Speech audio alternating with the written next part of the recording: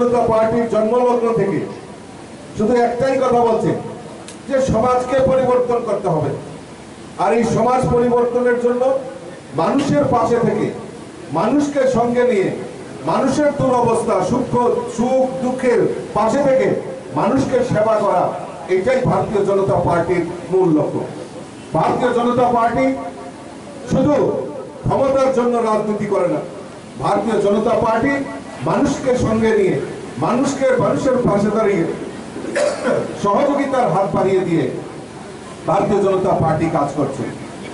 আমি ছোট্ট একটা উদাহরণ তুলে দিয়ে আমার বক্তব্য শেষ করছি যে আমরা সমাজ পরিবর্তনের কথা বলছি, যে সমাজ পরিবর্তন কিভাবে হবে।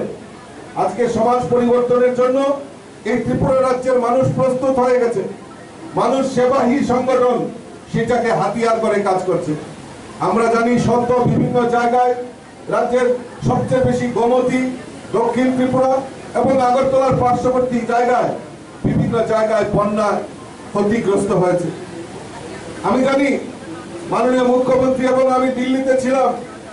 আমরা 21 তারিখে রাত্রেবেলা পৌঁছাই, পরের দিন থেকে টানা বর্ষণ হয়। গোমতী জেলার বিভিন্ন জায়গায় আগরতলা শহরে বন্যা পরিস্থিতি সৃষ্টি হয়। আমার এখনো মনে আছে, আমি ভারতীয় জনতা পার্টির সভাপতি হিসাবে গর্ববোধ করি।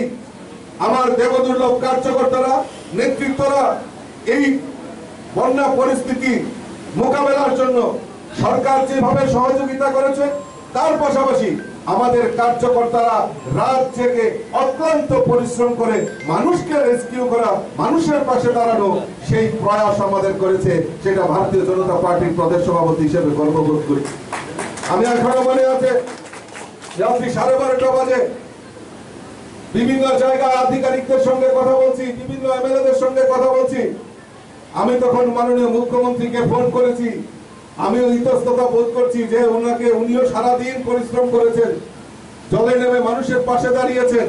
যখন উনি ফোন করলে হয়তো ধরবেন কিনা, তখন 12:30 বাজে উনি তখন এক রিংয়ের সঙ্গে সঙ্গে আমার ফোনটা উঠিয়েছেন, বলেছেন বলুন কি করতে হবে। আমি বলেছি দাদা এই পরিস্থিতি রয়েছে, আপনি আধিকারিকদেরকে পাঠান। উনি সঙ্গে সঙ্গে আধা ঘন্টার মধ্যে আমাকে রিং ব্যাক করেছেন এবং আধিকারিকরা সমস্ত জায়গায় ছুটে এসেছেন এবং পরিস্থিতি মোকাবেলা কিভাবে করতে হবে তার উদ্যোগ গ্রহণ করেছেন।